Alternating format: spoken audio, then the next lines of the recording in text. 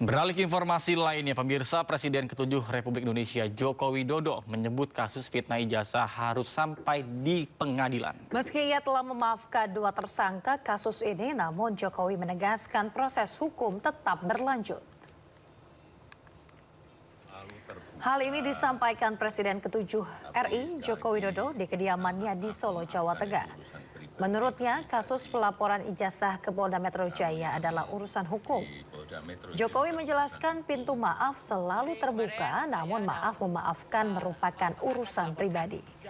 Sementara urusan hukum harus terus berjalan hingga ke pengadilan.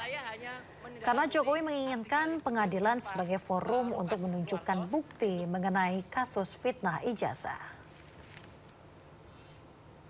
Pintu maaf selalu terbuka. Tapi sekali lagi urusan maaf, memaafkan itu urusan pribadi ke pribadi.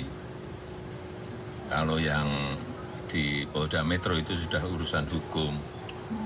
Artinya urusan pribadi ya urusan pribadi, maaf memaafkan, tetapi urusan hukum ya urusan hukum. Dan memang harus sampai ke pengadilan. Karena kalau enggak, saya enggak punya forum untuk menyampaikan bukti mengenai kasus ijazah ini.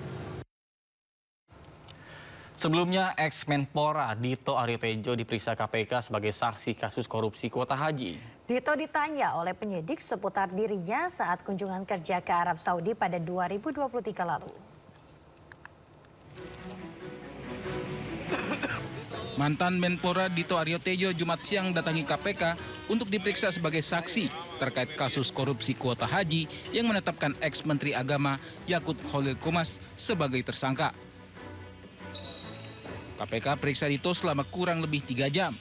Dito mengungkapkan materi pemeriksaan terkait dirinya yang mendampingi Presiden RI ke-7 Joko Widodo dalam kunjungan kerja ke Arab Saudi pada 2023 lalu. Menurut Dito, dalam kunjungan kerja itu bukan hanya membahas spesifik terkait persoalan haji saja, tetapi juga investasi. Saat pertemuan itu tidak ada pembahasan spesifik tentang kuota. Tapi memang pertemuan bilateral waktu itu saya ingat sekali dari Putra Mahkota, Perdana Menteri Muhammad bin Salman itu sangat senang dengan pertemuannya Pak Jokowi. Pagi waktu itu juga di situ juga kami memberikan dukungan untuk tuan rumah Piala Dunia waktu itu. Sementara itu, Jubir KPK Budi Prasetyo menyatakan Dito dibutuhkan keterangannya lantaran mengetahui asal-usul pemberian tambahan kuota haji Indonesia dari Arab Saudi. Terlebih, Dito juga ikut kunjungan kerja ke Arab Saudi pada 2023 lalu. Karena memang kami melihat Pak Dito ini bisa menerangkan apa yang dibutuhkan oleh penyidik, karena memang Pak Dito pada saat itu ikut berangkat ke Arab Saudi bersama rombongan dari pemerintah Indonesia, sehingga ini juga kemudian menguatkan terkait dengan informasi-informasi atau bukti-bukti yang didapatkan oleh penyidik KPK berkaitan dengan diskresi yang dilakukan oleh Kementerian Agama. KPK tetapkan ex-Menteri Agama Yakut Khalil Qomas dan ex-Staf Sus Isfah Abdel Aziz sebagai tersangka dugaan korupsi kuota haji 2024. Kasus bermula dari pemberian 20.000 kuota haji tambahan dari pemerintah Arab Saudi untuk Indonesia. Kuota harusnya dibagikan 92% untuk kuota reguler dan 8% untuk kuota haji khusus. Namun Yakut membagikan 10.000 kuota untuk reguler dan 10.000 kuota untuk haji khusus. KPK menduga kuota khusus tambahan tersebut malah diperjualbelikan. Dari Jakarta, Tim Liputan iNews melaporkan. Pemirsa, Presiden ke-7 Joko Widodo membenarkan adanya perbincangan khusus dengan Presiden Prabowo Subianto pada beberapa waktu yang lalu. Salah satu bahasannya adalah terkait koalisi Indonesia dan juga situasi global.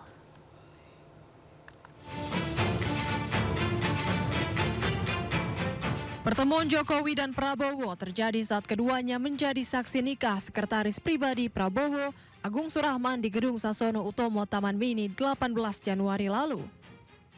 Presiden Prabowo menjadi saksi mempelai pria, sementara Presiden ke-7 Joko Widodo jadi saksi mempelai wanita. Ditemui di kediamannya di Solo, Jawa Tengah, Jokowi pun mengakui keduanya sempat berbincang khusus. Meski enggan membeberkan detail pembahasan, Namun Jokowi menyinggung diskusi keduanya menyangkut kondisi Indonesia serta situasi global. Pembicaraan khusus? Ya pasti ada. Bapak, yang dibahas Pak. Hah? Namanya pembicaraan khusus masa disampaikan. Ya khusus juga untuk kita dan untuk saya dan Pak Prabowo. Membicarakan terkait kondisi Indonesia juga gitu nggak Pak? Iya, termasuk kemudian situasi global saat ini yang juga penuh dengan ketidakpastian. Saya kira kita patut bersyukur ekonomi masih tumbuh di atas 5, inflasi juga sangat terjaga. Yang paling penting itu, karena negara-negara lain banyak yang kesulitan mengatasi dua hal tadi, pertumbuhan ekonomi dan inflasi. Jokowi pun menilai kondisi Indonesia saat ini masih relatif baik karena ekonomi tetap tumbuh dengan inflasi yang terkendali. Dari Solo, Jawa Tengah, Septiantoro, iNews melaporkan.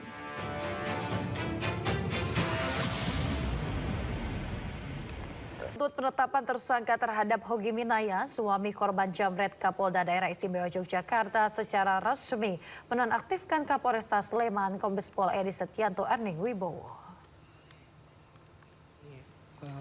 Penonaktifkan ini berdasarkan rekomendasi hasil audit dengan tujuan tertentu yang dilakukan Inspektorat Pengawasan Daerah Istimewa Yogyakarta. Dalam audit ditemukan pelanggaran terkait dengan pengawasan yang tidak dilakukan Kapolresta Sleman hingga terjadi kegaduhan di masyarakat yang berdampak pada menurunnya citra Polri. Selain Kapolresta Sleman, Kasat Lantas Polresta Sleman AKP Mulyanto juga dicopot dari jabatannya pada hari Jumat.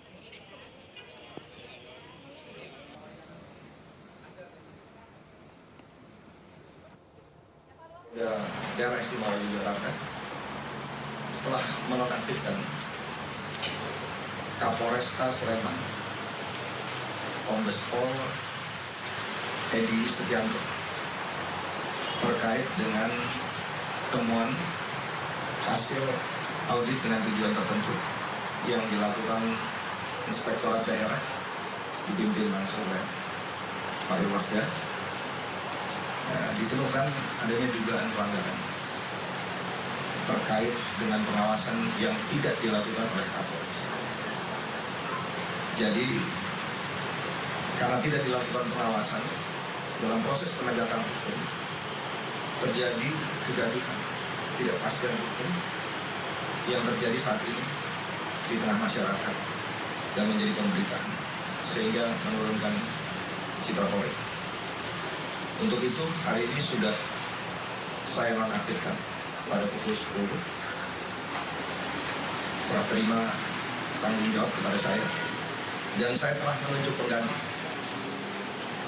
pelaksana harian Kapolresta Sleman, Kombes Pol Rudi, yang sekarang sebagai Dir Narkoba.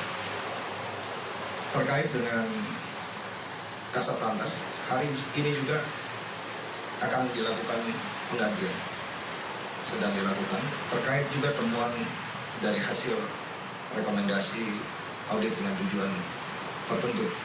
Diduga ada perlakuan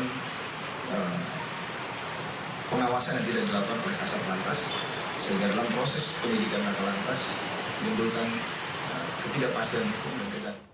Sementara itu, pemirsa, Kejaksaan Negeri Sleman Yogyakarta resmi mengumumkan penghentian perkara Hogi Minaya yang sebelumnya menjadi tersangka usai membela istrinya dari aksi penjamretan. Surat ketetapan penghentian penuntutan bagi Hogi Minaya tersebut diterbitkan demi kepentingan hukum dan telah diserahkan ke kuasa hukum yang bersangkutan. Pengumuman penghentian perkara Hogi Minaya ini disampaikan Kepala Kejaksaan Negeri Sleman, Bambang Yunianto, pada Jumat petang. Surat keterangan penghentian penuntutan bagi Hogi Minaya tersebut diterbitkan pada tanggal 29 Januari 2026 demi kepentingan hukum dan telah diserahkan ke kuasa hukum yang bersangkutan.